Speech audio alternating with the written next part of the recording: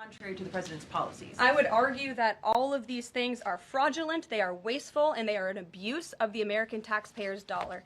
This is not what the government should be spending money on. It's contrary to the president's priorities and agenda. And again, we can continue to provide you the receipts for all of the fraud, waste, and abuse. And if anybody in here wants to argue that the federal government is not fraudulent in some capacity, be my guest, because I think the American people watching at home would beg to differ. Karoline. Mary. Hey, more on the judges. Does the White House believe the courts have the authority to issue these nationwide injunctions? We believe that the injunctions that have been issued by these judges have no basis in the law and have no grounds, and we will, again, as the president said very clearly yesterday, comply with these orders, but it is the administration's position that we will also ultimately be vindicated, and the president's executive actions that he took were completely within the law, they were constitutional, and we look forward to the day where he can continue to implement his agenda. And I would just add, it's our view that this is the continuation of the weaponization of justice that we have seen against President Trump. He fought it for 2 years on the campaign trail. It won't stop him now. Brian. Yes.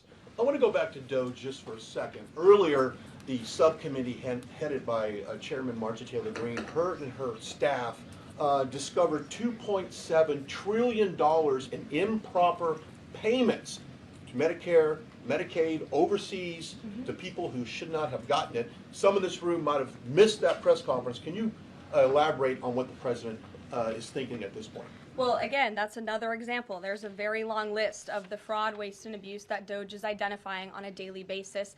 Elon Musk also talked about yesterday about Social Security payments that are going out the door for people who are no longer with us, unfortunately. I would say that is certainly fraud. There's also a lot of contracts they've identified that, just as a hypothetical example, are $1 million, but only 500,000 went out the door. So where's the rest of that cash? And so that's the thing. Those are the things that DOGE is working on every single day.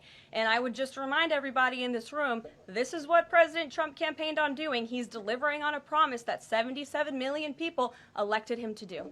James. Thank you very much, Caroline. Two foreign policy questions, if I may. Sure. First, the statement that was released after this morning's phone calls identified Mr. Witkoff as the special envoy who will be part of the delegation that undertakes to resolve the Russia-Ukraine war.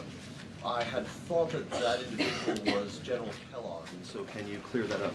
Sure, I'd be happy to. As you mentioned, the president, in his truth, following the phone call with Vladimir Putin, said that he has asked Secretary of State Rubio, the director of the CIA, John Ratcliffe, our national security advisor here at the White House, Michael Watts, and Steve Witkoff to lead the negotiations. As for General Keith Kellogg, he remains a critical part of this team in this effort. He's played a tremendous role in getting the negotiations to this point, and he's very much still part of the Trump administration. The other subject is